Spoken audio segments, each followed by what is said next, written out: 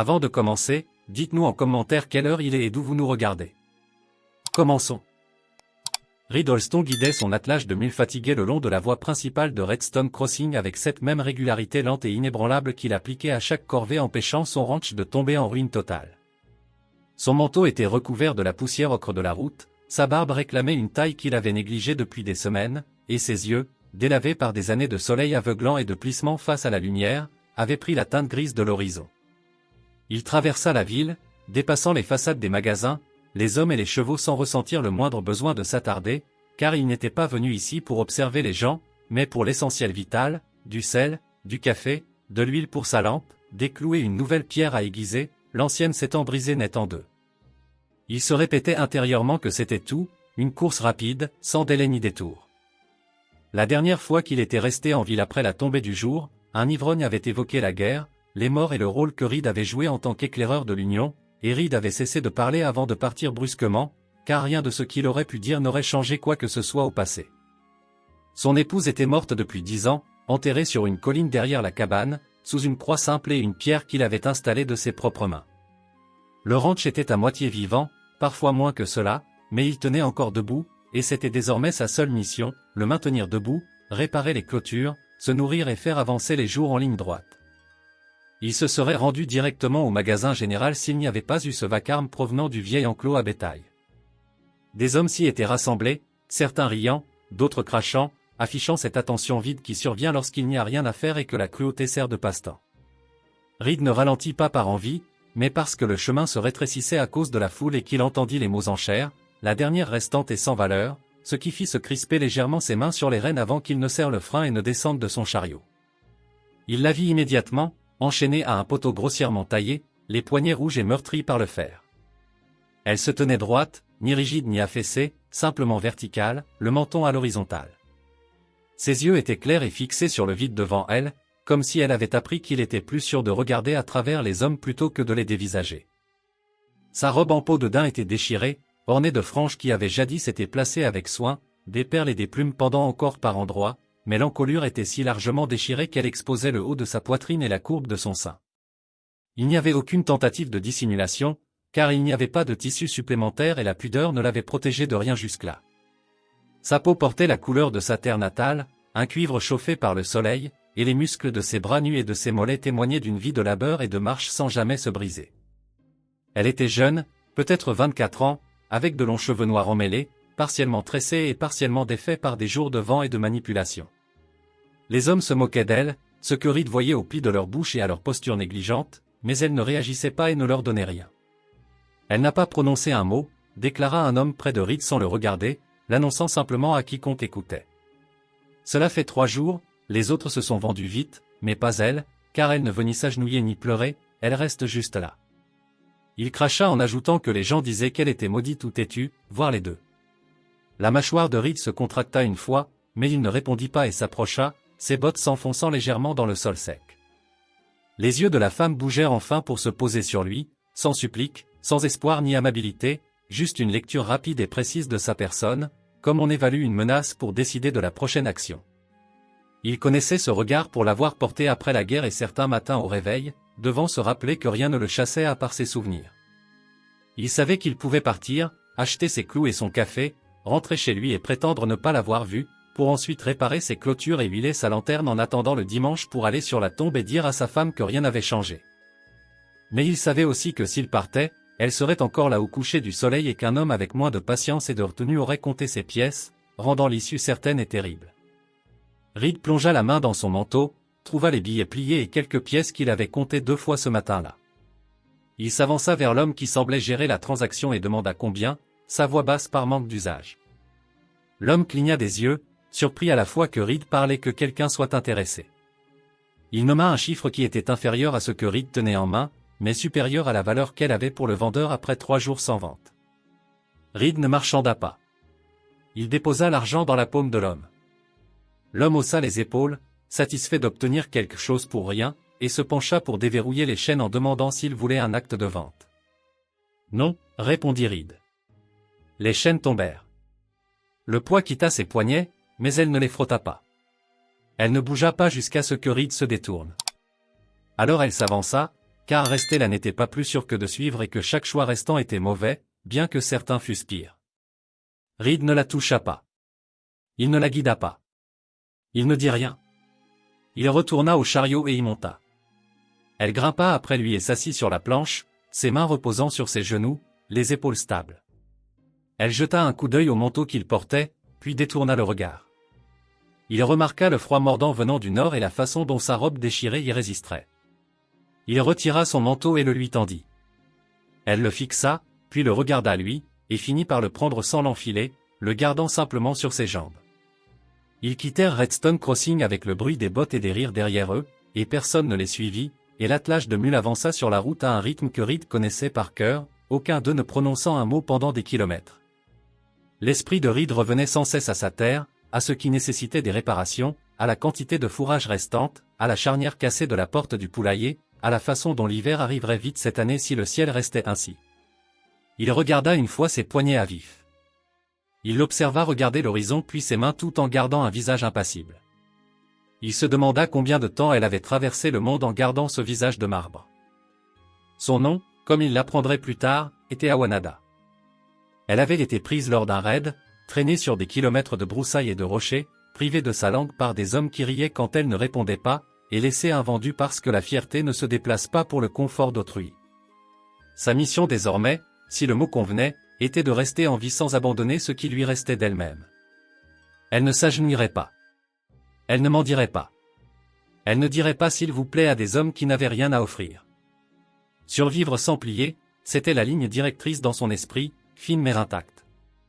La mission de Reed était simple depuis des années, maintenir le ranch en vie, se rendre assez utile pour justifier une autre journée, garder le souvenir de sa défunte épouse sans laisser la tombe engloutir le reste de ses années. L'acheter ne faisait pas partie du plan, et il n'était pas sûr de ce que cela signifiait maintenant qu'il l'avait fait. Mais il savait qu'il ne l'avait pas amenée pour la posséder. Et il savait que la cabane avait de la place pour un autre lit. Et il savait que le silence de cet endroit était devenu trop lourd à porter plus longtemps. Le crépuscule étendait une lumière orange plate sur ces terres à leur arrivée. La ligne de clôture penchait, l'herbe du pâturage était rare, la porte de la grange coinçait s'il ne la soulevait pas juste comme il faut. Il arrêta le chariot près du puits et descendit. Elle attendit, observant ses mains, étudiant ce qu'il faisait et comment il bougeait. Il offrit une main pour l'aider à descendre. Elle la regarda, ne la prit pas, descendit seule, ses pieds nus frappant la terre battue, et un éclair de douleur traversa ses yeux lorsque le sol mordit les zones à vif, puis disparut aussitôt. Il ouvrit la porte de la cabane et s'effaça, la laissant entrer la première pour qu'elle puisse voir l'espace avant qu'il ne s'y déplace. La cabane était une pièce unique avec un muret construit à moitié en travers pour suggérer une séparation. Un poêle à bois qui avait besoin d'un nouveau joint, une table qu'il avait construite lui-même avec des pieds inégaux, deux lits, le sien et un plus petit qu'il avait fabriqué quand sa femme était tombée malade et ne pouvait plus monter et descendre du cadre plus élevé. Il désigna ce lit. « Le tien, dit-il, si tu le veux. » Il ne dit rien sur le fait que la porte restait déverrouillée ou verrouillée, ni sur les corvées, ni sur les endroits où elle pouvait ou ne pouvait pas aller. Il n'établit pas de règles parce qu'il ne savait pas encore ce dont elle avait besoin. Et il n'allait pas prétendre que la propriété lui donnait le droit d'en décider. Elle resta immobile, absorbant tout, le poêle, le lit, la petite étagère contre le mur du fond avec une chemise pliée et une bassine dessus, la fenêtre au volet cloué, l'odeur de fumée de bois et d'huile, et la faible trace de savon de femme qui persistait sur des choses que Reed n'avait pas jetées. Ses yeux s'arrêtèrent une seconde sur une bague posée sur la table. Pas portée, juste gardée. Reed suivit son regard, puis détourna les yeux. Il glissa la bague dans sa poche sans commentaire. « Je vais faire à manger, dit-il. Tu peux te laver. La bassine est là. L'eau est propre. » Il servit du ragoût épais de haricots et des dernières courges d'été dans 2 bols. Il en posa un près de son lit et un sur la table pour lui-même. Il ne s'assit pas en face d'elle. Il lui laissa l'espace de décider où manger. Elle choisit le sol près du feu, les jambes croisées, le manteau sur les genoux, les yeux sur les flammes. Il s'assit à la table. La pièce contenait 2 personnes dans un silence qui n'était pas hostile, seulement lourd de faits nouveaux. Reed mangea lentement, écoutant le raclement de sa cuillère contre l'étain. Il pensa au lendemain matin. Les animaux à nourrir, les clôtures à vérifier, le bois à fendre. Il se demanda si elle voudrait aider ou préférerait être laissée seule. Il pensa aux hommes de Redstone et à la rapidité avec laquelle il l'avait étiquetée inutile alors qu'il voulait dire qu'elle ne ferait pas semblant d'être moins qu'elle n'était. Quand les bols furent vides, il les prit, les lava, les mit à sécher. Il posa une couverture supplémentaire au bout de son lit et une seconde sur la chaise à proximité au cas où elle ne voudrait pas dormir dans le lit du tout. Il tira une planche brute et une pile de vieux sacs de nourriture de contre le mur, mesura l'espace du regard et commença à planifier ou construire une séparation correcte le matin pour qu'elle ait de l'intimité sans avoir besoin de demander. Il ne le dit pas. Il nota juste les mesures dans sa tête. La nuit s'installa sans cérémonie. Il couvrit le feu, souffla la lampe. La cabane sombra dans une faible lueur orange. Elle était allongée sur le petit lit, les yeux ouverts. Il était allongé sur le grand, fixant les poutres du toit qu'il avait coupé lui-même, comptant les nœuds comme il le faisait toujours quand le sommeil ne venait pas. Il entendit sa respiration se réguler, mais pas s'approfondir. Elle ne dormait pas non plus. Tous deux écoutaient le poêle, la nuit dehors, la présence silencieuse de l'autre. Reed pensa à la tombe sur la colline et comment il marcherait jusqu'à dimanche et se tiendrait avec son chapeau dans ses mains pour dire la vérité à sa femme. J'ai ramené quelqu'un à la maison parce que la laisser là-bas ressemblait à t'abandonner toi, et je ne pouvais pas faire ça à nouveau. Il sentit la vieille culpabilité monter et s'installer. Il la laissa reposer. Après peut-être une heure, sans un mot, elle ramassa un deuxième poteau et commença à aider. Ses mains étaient rudes, capables. Elle avait déjà fait ce genre de travail. Ils travaillèrent sans parler. Le vent portait la poussière autour de leurs bottes. Il lui tendit un maillet quand le sien cassa. Elle ne sourit pas, ne parut pas reconnaissante, l'accepta juste et continua de frapper. Quand ils se reposèrent, il versa de l'eau dans une gourde partagée et la lui tendit. Elle but prudemment, puis la rendit. Cet après-midi-là, ils retournèrent à la cabane. Reed coupa du bois derrière la grange. Awanada s'agenouilla près du poulailler, inspectant la charnière. Elle disparut un instant et revint avec du fil de fer et un clou rouillé. Elle le répara elle-même. Il ne dit rien. Il la regarda juste entrer à l'intérieur calmement, délibérément. Elle ne mangea pas beaucoup ce soir-là. Quelques bouchées de porc salé, un biscuit. Elle mangea lentement, mâchant comme si elle devait se rappeler de le faire. Ses yeux ne s'éloignaient pas beaucoup de lui, jamais soupçonneux, mais conscient. Reed débarrassa la table et alluma la lampe à huile. Il sortit du bois et des clous et commença à mesurer l'espace près du petit lit. Elle s'assit à proximité, les bras autour de ses genoux, silencieuse alors qu'il travaillait, martelant lentement. Elle parla enfin. Sa voix était douce, fissurée par le manque d'usage. Pourquoi? Il s'arrêta. Elle dit à nouveau, plus fermement. Pourquoi m'as-tu prise? Il posa le marteau et la regarda. Ses yeux étaient fatigués mais stables. Parce que personne d'autre n'aurait dû, dit-il. Et parce que j'avais de la place. Elle le fixa un moment, puis baissa le regard. Je ne veux pas être possédée, dit-elle. Tu n'es pas une épouse. Non, pas une esclave. Non. Elle hocha la tête une fois, nette et finale. C'était l'accord. C'était assez pour l'instant. Plus tard cette nuit-là, Reed s'assit près du feu, nettoyant lentement une vieille bride. Awanada se déplaça vers le poêle, plaça une couverture près de celui-ci et s'allongea sur le sol au lieu du lit. Quand il la regarda, elle ne dit rien. Elle fixait juste le plafond. Il la laissa tranquille. Elle ne faisait pas confiance au lit. C'était bon. La confiance prendrait du temps. Il le savait. Il ne s'attendait pas à ce qu'elle se sente en sécurité ici. Il espérait seulement qu'elle avait appris qu'elle n'avait plus besoin de fuir. Dehors, des coyotes hurlaient au loin. À l'intérieur, la chaleur du feu se répandait lentement sur les planches du sol.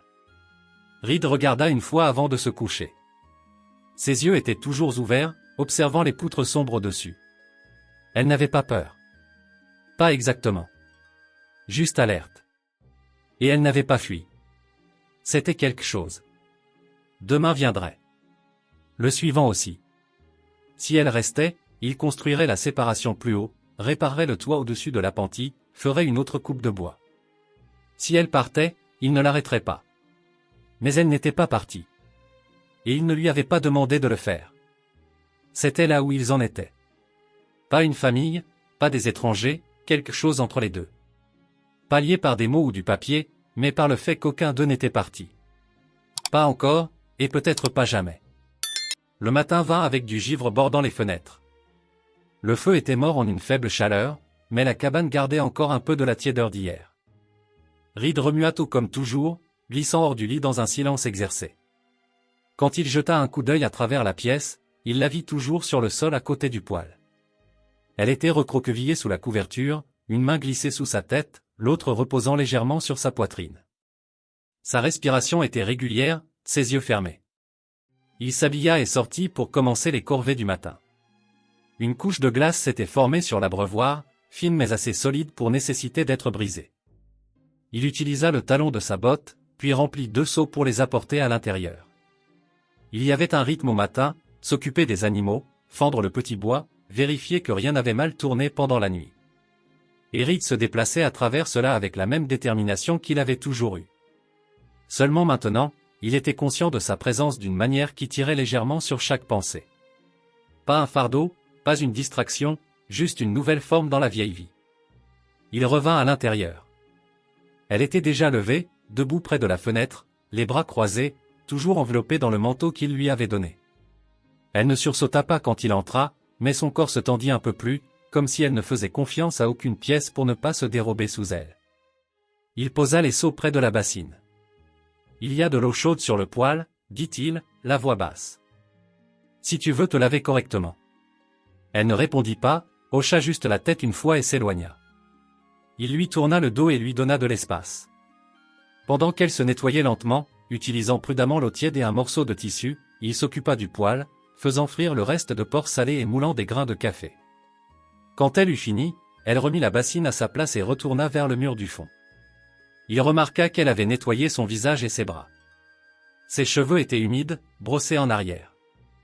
Ses joues étaient rouges d'avoir frotté, mais ses épaules étaient moins rigides. Ils mangèrent à la table cette fois, sans parler, mais sans s'éviter non plus, mangeant simplement. Elle observait entre les bouchées, ses yeux se déplaçant sur les lignes de son visage, la façon dont il tenait sa fourchette, avec quelle méthode il mâchait. Il le remarqua, ne dit rien. Après, il pointa vers la grange. « Je vais nettoyer l'enclos sud. La neige arrive tôt cette année. »« Je vais venir, » dit-elle, le surprenant. Sa voix était plus ferme qu'avant. Pas forte, pas chaleureuse, juste sûre. Il ne discuta pas. Il enfila simplement son manteau et lui tendit une paire de gants de travail. Elle les accepta sans expression. Ils passèrent la majeure partie de la journée dans une cour derrière la grange où du bois cassé et de vieilles clôtures avaient été empilés par manque d'usage. Reed n'avait pas trouvé le temps de trier cela l'année précédente. Maintenant, lui et Awanada déplaçaient les débris ensemble. Elle traînait ce qu'elle pouvait, sa main encore à vif mais stable. Il surprit sa grimace quelquefois, mais n'entendit jamais de plainte. À midi, ils s'assirent sur une bûche et partagèrent un morceau de viande séchée et du pain. Le vent s'était levé. Il ne la repoussa pas. Il ne la laissa pas le gouverner non plus. Awanada fixait le plafond et essayait de ralentir son cœur parce que le bruit d'un verrou se fermant dans l'obscurité la ramenait encore à des endroits dont elle ne voulait pas se souvenir. Et l'odeur de l'espace d'un homme étranger faisait encore tressaillir ses mains, prêtes à se battre. Et pourtant, il n'y avait eu aucune main sur son bras, aucun ordre, aucune menace. Il lui avait donné un lit, un manteau et le silence. Elle décida de rester éveillée assez longtemps pour entendre s'il bougeait vers elle. Il ne le fit pas. Des heures passèrent. Le feu se réduisit en braise. Le froid pressa contre les murs. Aucun d'eux ne dormit, mais aucun d'eux ne partit. Le matin, ils travailleraient. Ils ne le savaient pas encore, mais le travail deviendrait leur langage. Pour l'instant, survivre à la première nuit sous le même toit sans peur ni exigence était suffisant. C'était le début. C'était la mission des deux côtés. Rester. Ne pas nuire. Rendre l'espace vivable. Voir si la confiance pouvait exister sans être forcée à l'existence. Le lendemain matin se leva froid. Reed se réveilla au son du vent poussant contre les murs en bois et au faible craquement des braises refroidissantes dans le poêle. Il tourna la tête juste légèrement et la vit. Awanada recroquevillée sur le côté sur le petit lit à travers la pièce. Le vieux manteau de Reed bordé autour de ses genoux. Ses yeux étaient fermés, pas profondément endormis, mais au repos. Le plus léger pli sur son front lui en disait assez. Elle était restée éveillée la majeure partie de la nuit, comme lui. Il s'assit, les articulations douloureuses comme elles l'étaient chaque matin maintenant. Le sol était froid sous ses pieds nus. Il bougea silencieusement, non par courtoisie, mais parce que le bruit avait depuis longtemps cessé d'être nécessaire dans sa vie. Il s'habilla, enfila ses bottes, raviva le feu et mit de l'eau à bouillir. Quand il sortit, l'air mordait profondément, un froid sec de haute montagne. Le ciel était clair. Le pâturage s'étendait vers les collines en une ligne fragile d'herbes jaunies et de poteaux de clôture rouillés. Il nourrit la mule, jeta un seau d'avoine fêlé aux poules et vérifia l'appentis où une charnière cassée avait encore besoin d'être réparée.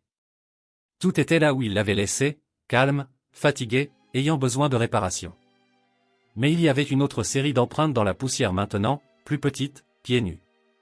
Quand il retourna à la cabane, Awanada était éveillée, assise droite, les jambes ramenées près d'elle, ses longs cheveux ridotant une partie de son visage. Le manteau la couvrait encore, mais la robe déchirée en dessous en montrait plus qu'elle ne cachait. Reed jeta un coup d'œil une fois, puis détourna le regard, non par gêne, mais par respect. Elle n'essaya pas de se couvrir. Elle n'avait pas bougé du petit lit. Elle n'avait touché à rien. Ses mains étaient croisées sur ses genoux. « J'ai fait du café », dit-il en posant une tasse en étain près de son lit.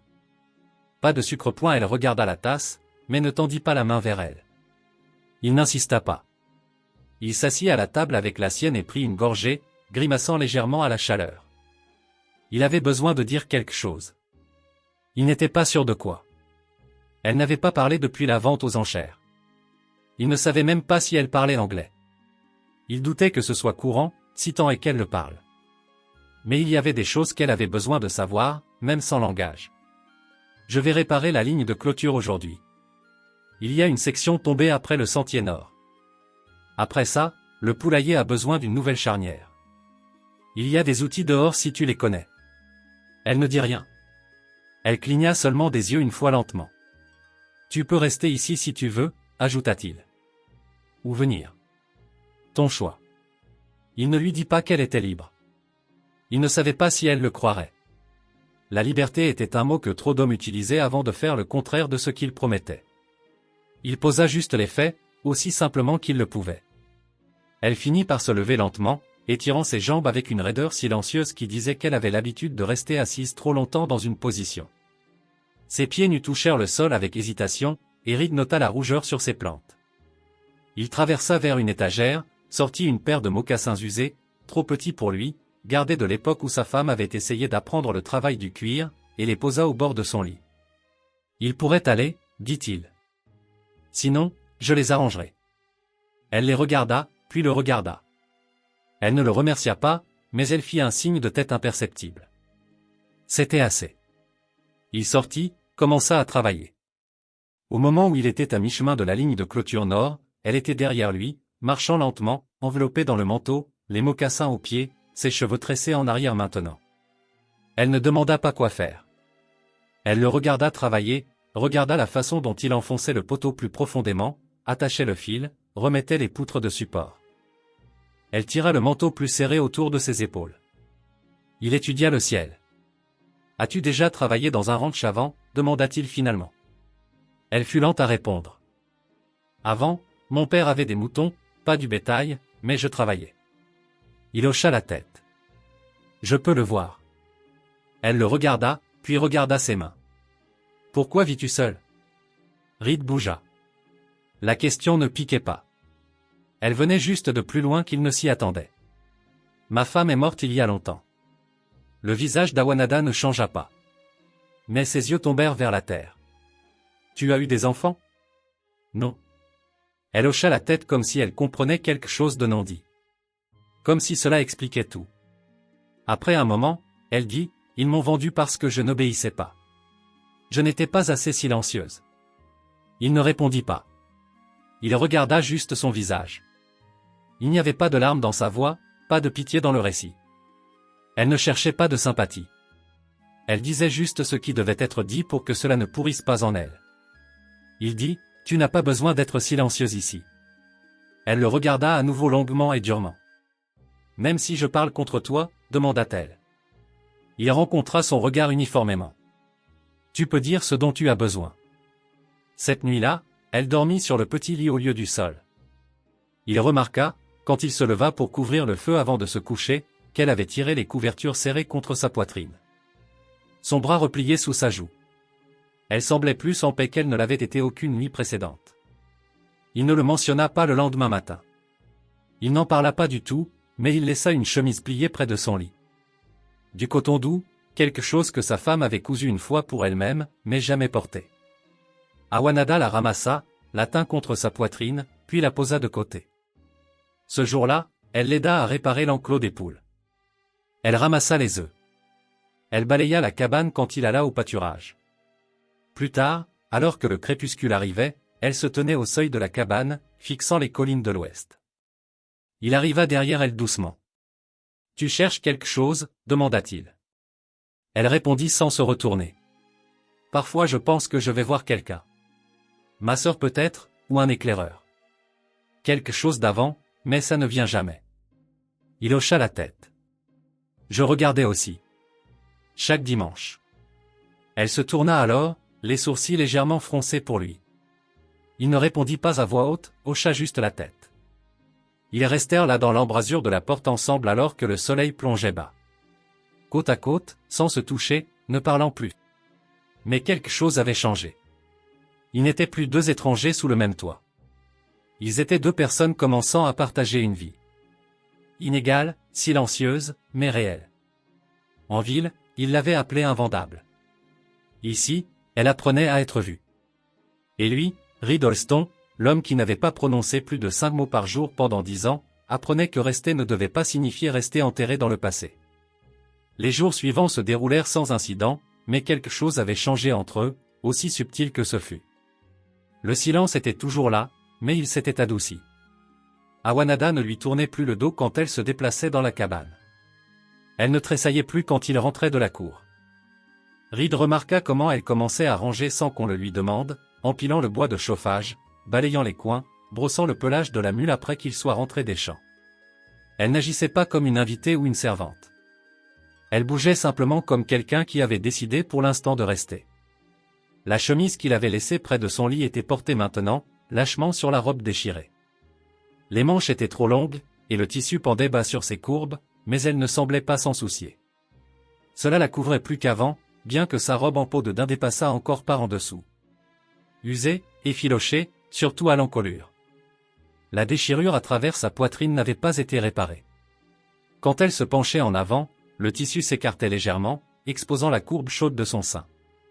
Reed se surprit à regarder une fois, juste une fois, puis força son regard vers le sol. Elle ne sembla pas remarquer. Ou peut-être qu'elle l'avait fait et ne s'en souciait simplement plus. La tension entre eux n'était pas du désir.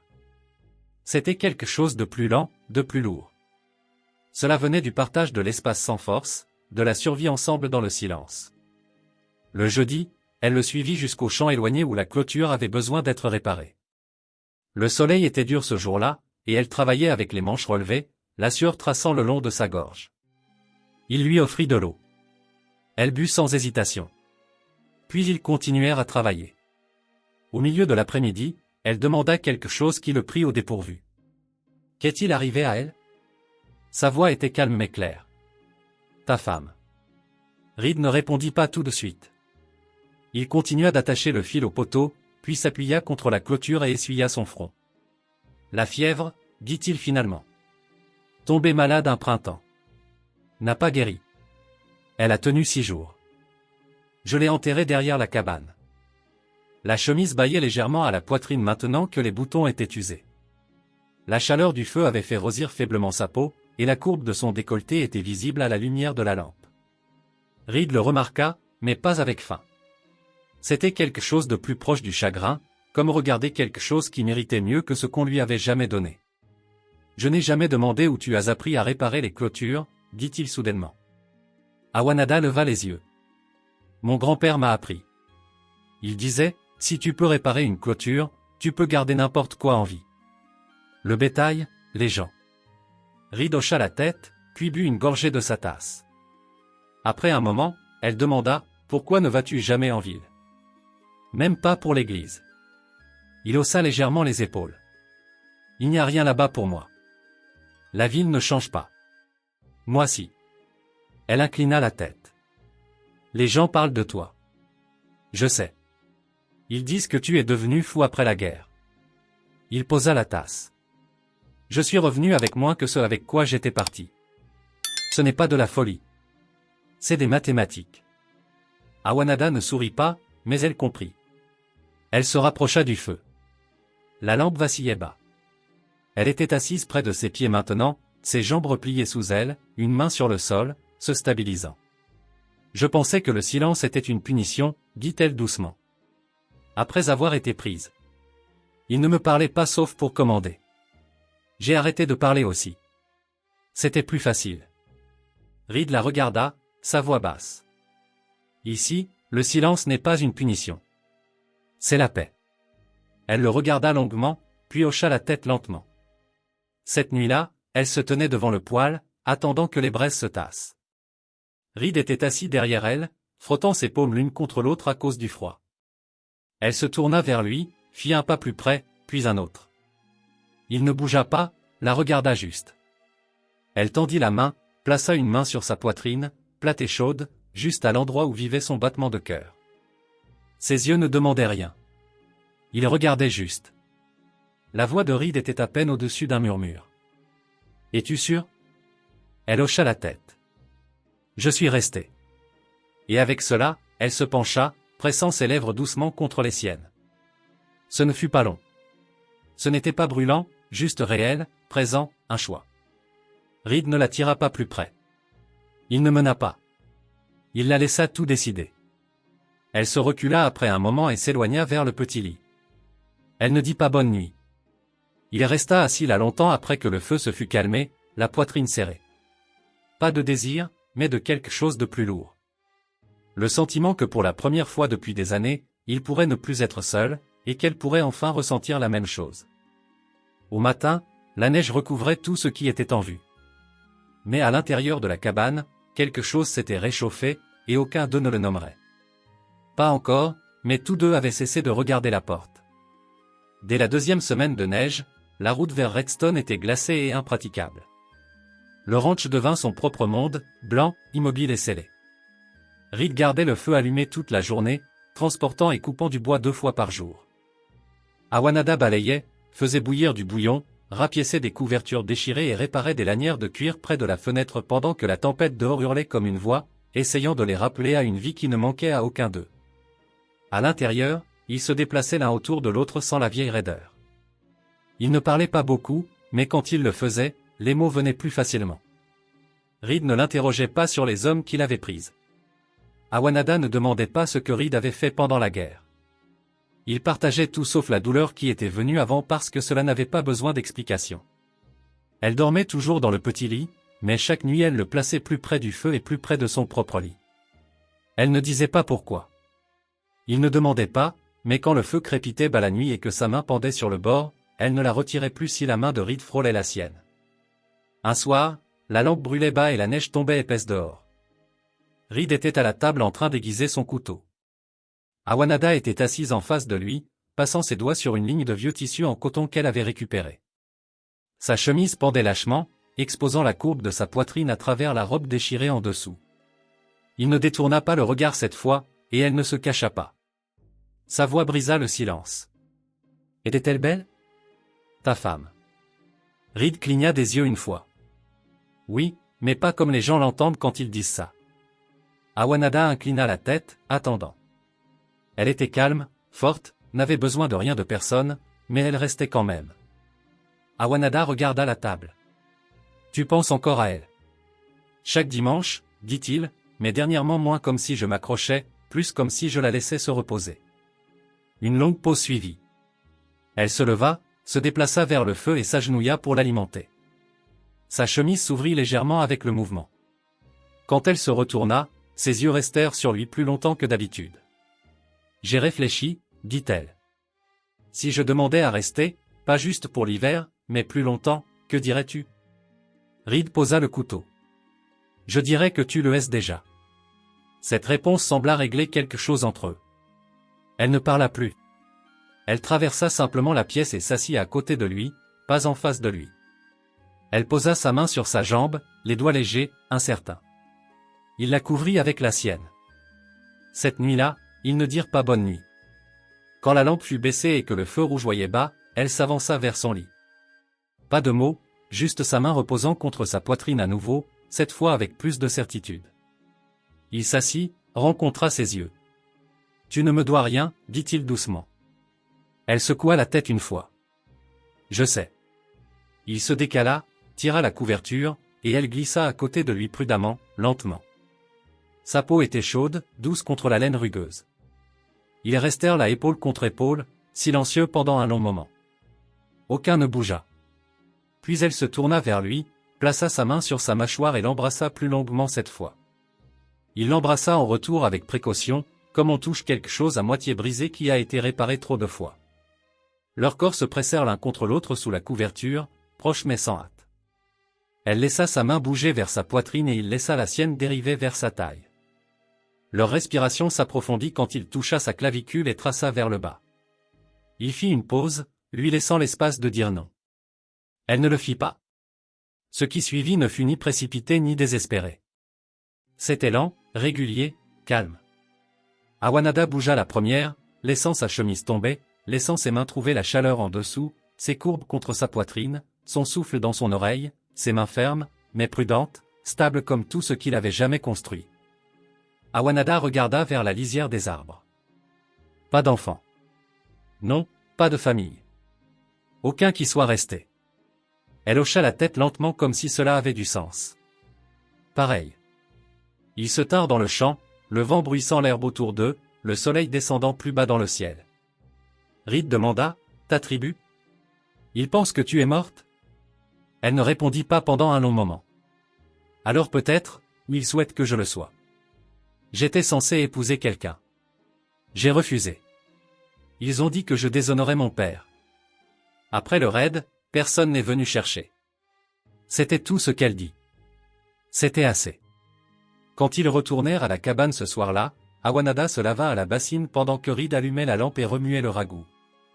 Il l'observa dans le reflet du verre, ses longs cheveux détachés maintenant, sa clavicule visible à travers la chemise ouverte, les cicatrices et les marques qui racontaient des histoires silencieuses qu'il ne demandait pas à entendre. Son corps était fort, mais plus gardé. Il y avait encore la guerre en elle, mais ce n'était plus contre lui. Après le dîner, elle s'assit près du feu, jambes croisées, les yeux mi-clos dans ses pensées. Il s'assit sur la chaise derrière elle, ses mains travaillant lentement sur une lanière de cuir cassé. Le feu crépitait. Un long moment passa avant qu'elle ne parle à nouveau. « Je ne sais pas ce que je suis ici. » Reed leva les yeux. Elle continua, la voix basse. « Pas une épouse, pas une esclave, pas une partie d'une tribu. Je me réveille, je travaille, je mange, mais je ne sais pas ce que je deviens. » Il posa le cuir et se pencha en avant, les coudes sur ses genoux. « Tu es quelqu'un qui tient encore debout, dit-il. C'est plus que la plupart. » Elle se tourna vers lui, son expression illisible. « Et toi? Où es-tu maintenant? » Il y réfléchit. « Fatigué, dit-il, mais j'essaie. » Le coin de sa bouche tressaillit. Presque un sourire. Presque. Plus tard, alors que le feu diminuait et que les ombres s'étiraient plus longuement sur le sol, elle se rapprocha de lui. Pas rapidement, pas directement, mais avec un but. Elle s'assit à côté de sa chaise sur le sol, assez près pour que leurs genoux se touchent presque. Reed ne bougea pas. Son cœur battait lentement mais lourdement. Elle plaça sa main sur sa paume rugueuse, contre ses jointures calleuses. Il regarda leurs mains jointes, puis elle. Elle ne parla pas. Il ne se retira pas. Cette nuit-là, elle dormit à nouveau dans le petit lit. Mais avant de s'allonger, elle tendit la main et toucha son bras alors qu'il passait. Juste un petit contact, un merci, ou quelque chose d'autre entièrement. Reed resta éveillé plus longtemps que d'habitude, écoutant le calme de la cabane, la respiration régulière à travers la pièce. Il ne savait pas ce qu'il devenait. Il savait seulement que le silence entre eux ne semblait plus creux. Cela ressemblait au début de quelque chose qui n'avait pas encore besoin de nom. Et pour la première fois en une décennie, il ne visita pas la tombe le lendemain matin. Il resta à l'intérieur, et elle aussi. La neige arriva plus tôt que prévu. Cela commença comme une fine averse juste avant l'aube. Une fine poussière blanche frôlant la vitre de la fenêtre. À midi, Cela s'épaissit en une chute lente et régulière qui recouvrit les lignes de crête et adoucit les bords du pâturage. Reed se tenait sur le porche, les bras croisés, regardant la neige recouvrir les poteaux de clôture. C'était calme, immobile, le genre de calme qui précède dans votre poitrine. À l'intérieur de la cabane, Awanada remuait le feu, ses manches de chemise relevées, les cheveux tressés serrés dans son dos.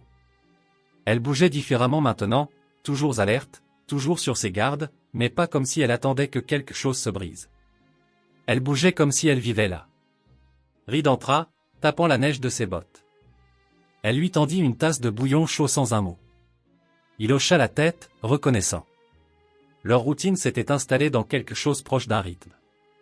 Il se levait toujours tôt et s'occupait du bétail. Elle nettoyait, raccommodait, préparait les repas quand elle en avait envie, et se joignait au champ quand le temps le permettait, mais quelque chose de non dit avait commencé à changer. Aucun d'eux ne l'avait dit à voix haute, mais les contacts étaient plus fréquents maintenant. Une main frôlant une épaule en passant. Un moment calme à table où leurs yeux restaient verrouillés un peu trop longtemps. Ce n'était pas romantique de la façon dont les histoires le racontent. C'était plus calme, plus lent, mérité. Ce soir-là, alors que la tempête s'épaississait et que le vent battait plus fort contre les murs de la cabane, Awanada tira sa literie plus près du feu. Elle portait la même robe en peau de daim rapiécée sous la chemise de Reed. Quand ils s'unirent, ce n'était pas de la possession, mais un retour. Deux personnes qui avaient été démontées par la vie, choisissant pour une fois de ne pas fuir, son corps recroquevillé contre le sien, sa respiration profonde et régulière après. Il l'atteint jusqu'à ce qu'elle s'endorme, les bras enroulés autour de son dos nu, le feu rougeoyant toujours à leurs pieds. C'était la première nuit où aucun d'eux n'avait rêvé d'avant. Seulement de ce qui pourrait venir ensuite. La lumière du matin glissa à travers les vitres glacées de givre, jetant une lueur froide sur les planches du sol de la cabane. Le feu s'était réduit à une faible impulsion orange dans l'âtre, et la neige dehors s'étendait en douce congère sur chaque surface, étouffant le monde dans l'immobilité. À l'intérieur, Reed était éveillé. Le corps d'Awanada pressait légèrement contre son côté, ses cheveux sombres se déversant sur son épaule. Elle respirait doucement, sa joue contre sa poitrine, la couverture tirée jusqu'à sa taille. Sa main reposait sur ses côtes, immobile, familière. C'était le premier matin depuis des années que Reed ne se levait pas immédiatement avec le soleil. Il resta immobile, présent, ancré. Sa chaleur à côté de lui ressemblait à quelque chose de mérité. Finalement, elle remua. Elle ne parla pas d'abord, déplaça seulement sa tête légèrement pour le regarder, son expression ouverte, calme. Il n'y avait aucune gêne dans ses yeux. Aucune hésitation. Reed rencontra son regard avec un hochement de tête silencieux, sa main se déplaçant doucement vers l'arrière de son épaule, s'y reposant. « Tu n'es pas parti » murmura-t-elle, une voix rauque de sommeil. « Je n'avais pas prévu de le faire, » dit-il. Elle détourna le regard un instant, réfléchissant. Puis, aucun homme que j'ai connu n'est jamais resté après avoir obtenu ce qu'il voulait. Je ne suis pas comme ces hommes. Je sais. Ils s'assirent lentement, l'air froid mordant leur peau. Elle enfila une chemise et noua le bas sur ses hanches. La robe déchirée en peau de daim en dessous s'accrochait encore par endroits. La frange effilochée et l'encolure béante, mais elle ne l'ajusta pas. Reed s'habilla silencieusement. Il n'y avait aucune gêne entre eux. Pas besoin de définir ce qui s'était passé. Cela avait été réel, mutuel, voulu. C'était assez. Au petit déjeuner, Awanada demanda, « Penses-tu jamais à quitter cet endroit ?» Reed s'arrêta avec sa cuillère à mi-chemin de sa bouche. « J'avais l'habitude. » « Plus maintenant. »« À cause de moi ?» Il rencontra ses yeux. « À cause de ce que j'ai trouvé quand j'ai arrêté de courir. » Elle se recula légèrement. « J'avais l'habitude de croire que je devrais retourner, que c'était mal de vouloir autre chose. Le crois-tu toujours ?» Sa réponse prit un moment. « Non, pas maintenant. » Plus tard ce jour-là, pendant que Reed réparait un essieu cassé sur le chariot, Awanada resta à l'intérieur et nettoya les étagères, fredonnant doucement pour elle-même dans une langue qu'il ne reconnaissait pas. Sa présence n'était plus silencieuse de la même manière qu'elle l'avait été avant. Ce n'était pas craintif ou distant. C'était délibéré, enraciné. Elle remplissait l'espace différemment maintenant. Sans demander, sans s'excuser.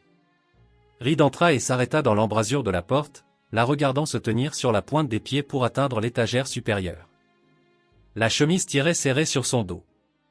Ses cheveux tressés jusqu'au milieu de sa colonne vertébrale. Elle se tourna légèrement et ses yeux captèrent les siens. Tu fixes, dit-elle avec un soupçon de sourire. Je regarde juste, répondit-il. Cette nuit-là, ils ne parlèrent pas beaucoup. Mais après que le feu fut allumé, Awanada fit un tour lent de la cabane, ses pieds nus faisant de douces empreintes sur le sol en bois. Elle se dirigea vers la table, ouvrit le tiroir et trouva une petite bague que Reed avait gardée cachée autrefois. Celle de sa défunte épouse. Elle la tint dans sa paume, puis se tourna vers lui. « J'ai vu ça avant, dit-elle. Tu l'as gardée. » Il hocha la tête. « Je n'ai pas su pourquoi pendant longtemps. Le sais-tu maintenant ? Je pense que j'attendais qu'elle signifie quelque chose à nouveau. » Elle marcha lentement et plaça la bague sur la table devant lui. Sa voix était stable. « Je ne suis pas elle. Je sais. Je ne la remplacerai pas. Tu n'es pas censé le faire. » Le silence tomba à nouveau. Awanada regarda en bas, puis releva les yeux. Alors que signifierait-elle maintenant ? Reed prit la bague, se leva, contourna la table. Il ne s'agenouilla pas. Ne demanda pas. Il tendit juste la bague, ouverte dans sa paume. Les yeux d'Awanada s'emplirent de quelque chose proche du choc. Mais ce n'était pas de la peur. C'était du poids. Le poids d'être choisie, pas prise. Elle ne pleura pas. Elle ne parla pas. Elle tendit simplement la main, glissa ses doigts dans la sienne et les laissa se refermer autour de la bague. Cette nuit-là, elle dormit à nouveau dans son lit. Mais cette fois, elle ne s'allongea pas au bord. Elle se blottit contre sa poitrine, sa jambe crochetée autour de la sienne, son bras reposant sur son cœur. Dehors, la neige avait commencé à fondre juste un peu. Un faible goutte à goutte des avant-toits, le premier signe du printemps. Ils ne parlèrent pas de mariage. Pas encore, mais elle restait, et lui aussi. La neige s'adoucit en gadoue dès la 3e semaine de mars, révélant des parcelles de terre qui n'avaient pas vu la lumière depuis des mois. Les champs étaient boueux. Le toit de la grange portait encore le poids de la dernière tempête, mais l'air sentait différemment maintenant, moins la cendre, plus la terre humide et les racines en dégel. Le printemps était proche. À l'intérieur de la cabane, Reed se réveilla avec Awanada, déjà habillée, accroupie près de l'âtre et encourageant le feu en une flamme régulière. La chemise qu'elle portait était la sienne, légèrement trop grande, les manches roulées jusqu'au coude, et en dessous, la robe familière en peau de daim s'accrochait toujours autour de ses hanches, raccommodée maintenant avec des morceaux de tissu et de tendons. Elle ne regarda pas en arrière quand elle le remarqua bouger. Elle dit juste, « Le café est presque prêt. » Il s'assit lentement, frottant la raideur de son cou. « Tu as dormi un peu ? Tu avais froid ? Pas avec toi à côté de moi. » Cette réponse calme resta entre eux un moment, plus lourde qu'elle ne semblait. Après le petit déjeuner, Reed sortit vérifier la ligne de clôture. Awanada le rejoignit sans avoir besoin qu'on le lui demande. Ils travaillèrent en silence, côte à côte, installant des poteaux et resserrant le fil affaissé. Elle bougeait avec détermination, ses mains calleuses maintenant par les mois de labeur. Reed avait commencé à lui donner plus d'outils, non parce qu'il avait besoin de son aide, mais parce qu'elle les utilisait bien. À un moment donné, elle s'arrêta, les mains sur ses genoux, et se leva lentement. Mais l'une ne sont pas venues cette semaine. Reed leva les yeux, incertain s'il l'avait bien entendu. « Je suis en retard, dit-elle. J'ai compté 2 fois. » Il s'approcha, lent et prudent. « Tu penses ? » ?»« Je ne sais pas encore. » Sa voix n'était pas effrayée. Elle était mesurée. Réelle. « Mais si je le suis, es-tu prêt pour ça ?» Reed expira une fois profondément. Il ne répondit pas tout de suite. Il regarda vers la terre, vers les collines en pente où les arbres commençaient à bourgeonner. Puis il la regarda, ses bras forts, sa mâchoire stable, son regard calme qui ne tressaillait plus. « Je n'ai jamais pensé que cela arriverait, » dit-il. « Pas encore. Pas si tard. Pas après tout. Mais si c'est toi, alors oui. Je suis prêt. » Elle ne sourit pas, mais ses épaules se détendirent. Et puis elle se pencha, pressant son front doucement contre sa poitrine. Il plaça sa main à l'arrière de sa tête et la tint là pendant un long moment, laissant le moment s'installer à l'intérieur d'eux deux. Ce soir-là, alors que le vent se levait et que les nuages se rassemblaient à nouveau, Awanada se tenait à la fenêtre, regardant les arbres se balancer. Reed apporta du bois de chauffage. Quand il entra, elle se tourna vers lui et dit simplement, « Si je porte ton enfant, je veux qu'il ait un nom, une maison. Je veux appartenir ici. Tu le fais, dit-il. Tu le fais déjà. Mais je veux dire pleinement, répondit-elle. Pas comme quelqu'un de sauvé. Pas comme une invitée, comme ta femme. Il posa le bois et traversa la pièce. Il n'attendit pas la cérémonie. Il prit la bague sur l'étagère où elle était restée depuis qu'elle l'avait reposée il y a des jours et la lui tendit. Tu es sûr? Elle hocha la tête. Oui. Il la glissa à son doigt. Ses mains tremblaient légèrement. Alors tu es ma femme, dit-il. Pas par la loi, par choix. Le mien et le tien. Cette nuit-là, ils s'allongèrent ensemble sans urgence. Ils se déshabillèrent lentement, non par nervosité, mais par intention. Elle laissa les chemises glisser de ses épaules, point son corps, chaud et courbé, rencontra le sien sans résistance. Leurs respirations s'accordèrent. Ses mains trouvèrent sa peau avec facilité. Quand ils s'unirent, c'était calme comme avant, mais cette fois avec un but. Il n'y avait pas de passé dans la pièce maintenant, seulement le présent, seulement la lumière du feu vacillant sur leurs corps joints. Seulement la promesse de ce qui viendrait ensuite. Après, elle se reposa avec sa joue contre sa poitrine. Il caressa ses cheveux. Elle chuchota, « Si c'est un garçon, nous l'appelons comme ton père. » Reed sourit faiblement. « Et si c'est une fille, répondit Awanada, nous la laissons se nommer elle-même. » Il embrassa son front, lent et délibéré. Puis ils restèrent immobiles, écoutant le vent bouger à travers les arbres comme si la terre dehors commençait à respirer à nouveau. Eux aussi. Le soleil revint lent et doré en avril, jetant de longs rayons chauds à travers les nuages qui s'amincissaient. La boue céda la place à un sol mou, et la ligne de neige se retira dans les collines. Reed se tenait au bord du champ, appuyé sur un poteau qu'il avait planté des années auparavant, regardant Awanada accroupie près des brins frais d'oignons de printemps qu'elle avait plantés le long de la clôture. Son ventre ne se montrait pas encore, juste un soupçon de plénitude, une possibilité encore calme, mais ses mouvements avaient changé. Elle bougeait avec plus de soin maintenant, avec intention. Elle touchait le sol comme si cela signifiait quelque chose de plus. Elle leva les yeux vers lui, protégeant ses yeux du soleil. « Tu fixes encore. » Il sourit faiblement.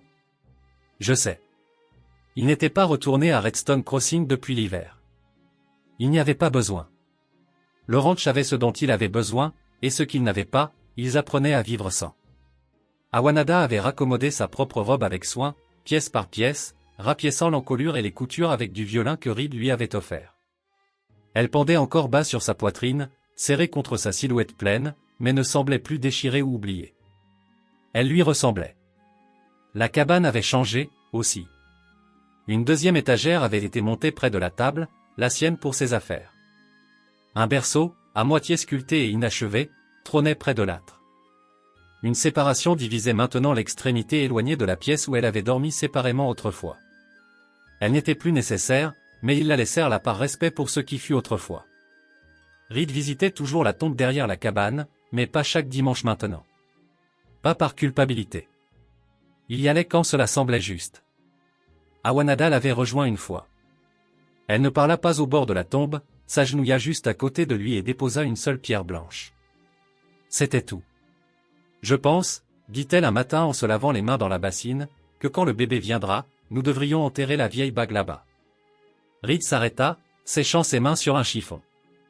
Elle hocha la tête. Pas parce que c'est la fin de quelque chose, mais parce que cela nous a donné ceci. Il y réfléchit, puis accepta. Nous le ferons ensemble. Vers la deuxième semaine d'avril, un cavalier de Redstone arriva avec des provisions. Un homme plus jeune, nouveau sur la route, incertain de la réputation de Reed. Le cavalier attacha son cheval maladroitement et s'approcha de la cabane pendant que Reed se tenait sur le porche. Awanada était à l'intérieur, invisible, mais elle entendait chaque mot. « J'ai apporté ce que vous avez commandé. » Tabac, farine, paquet d'aiguilles, sel, dit l'écrivain. Il jeta un coup d'œil autour puis ajouta prudemment. « Vous, vous vivez toujours ici tout seul ?» Reed ne répondit pas tout de suite. Puis, non. Le cavalier plissa les yeux. « Vous avez quelqu'un pour aider ?»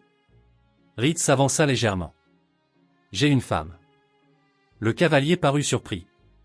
Pas moqueur, juste curieux. « Oh. Hein. Eh bien, la ville a encore des gens qui parlent de cette femme apache de la vente l'automne dernier. Certains ont dit que vous l'aviez recueillie. Les yeux de Reed restèrent stables. Je ne l'ai pas prise. Elle a choisi de rester. Le cavalier déplaça son poids maladroitement, puis hocha la tête et laissa les paquets près du porche. Eh bien, on dirait qu'elle a de la chance. Non, dit Reed simplement. C'est moi. Le cavalier hocha la tête à nouveau un peu plus respectueusement cette fois, et se tourna pour partir. Ce soir-là, après le dîner, Awanada s'assit en tailleur sur le sol, aiguisant l'un des vieux couteaux de Reed. La lumière du feu dansait sur ses bras nus, sa clavicule visible à travers l'encolure ouverte de sa robe étroite. Reed s'assit à proximité, la regardant avec une aisance tranquille. « Tu penses que les gens parleront toujours ?» demanda-t-elle. « Peut-être, dit-il, mais cela ne changera rien. »« Je me fiche de ce qu'ils disent, » ajouta-t-elle. « Je sais. » Elle posa le couteau de côté et tendit la main vers la sienne. Il la prit, laissant leurs doigts s'entrelacer. « Veux-tu me parler d'elle ?» demanda Awanada après un long silence. « Ta femme. » Reed hocha la tête. Son nom était clair. Elle était petite, toujours froide, et elle aimait les choses bien rangées. Elle riait fort, plus fort que quiconque ne s'y attendait. Awanada sourit. « Elle ne me ressemble en rien. »« Non, dit-il, mais elle est restée. »« Alors, le fais-tu » Elle posa sa tête sur son épaule. « M'aimes-tu de la même manière ?» Il y réfléchit honnêtement. « Non, je t'aime de la manière dont je ne pensais pas être autorisé à le faire à nouveau. » Awanada ne répondit pas. Elle embrassa juste sa mâchoire et se pencha contre lui. Cette nuit-là, elle plaça la bague dans un morceau de lin plié et la posa dans une boîte sculptée près du berceau. Reed la regarda depuis le lit, comprenant sans avoir besoin d'explication. Le voyage de la bague était terminé. Cela ne signifiait pas oublier. Cela signifiait faire de la place. Le printemps arriva pleinement le lendemain matin. Des oiseaux nichant près des avant-toits, la mule brayant depuis l'enclos, un brouillard doux se levant des collines. Awanada sortit sur le porche avec une main reposant bas sur son ventre, l'autre protégeant ses yeux du soleil. Reed la rejoignit, enroulant un bras autour de sa taille. Elle s'appuya contre lui. « Penses-tu toujours que ce ranch a un avenir ?» demanda-t-elle. Il hocha la tête. « Parce que tu es dedans. » Ils se tinrent dans la lumière, face à la terre ouverte. Il n'y avait plus de silence qui avait besoin d'être brisé. Plus de passé à enterrer. Plus de questions de savoir s'ils appartenaient à cet endroit. Ils étaient restés. Et en le faisant, ils avaient construit quelque chose qu'aucune tempête, aucun homme et aucun souvenir ne pouvaient emporter. Une maison, une famille, un avenir. Et pour la première fois dans leurs deux vies, ils ne survivaient plus. Ils vivaient ensemble pour de bon.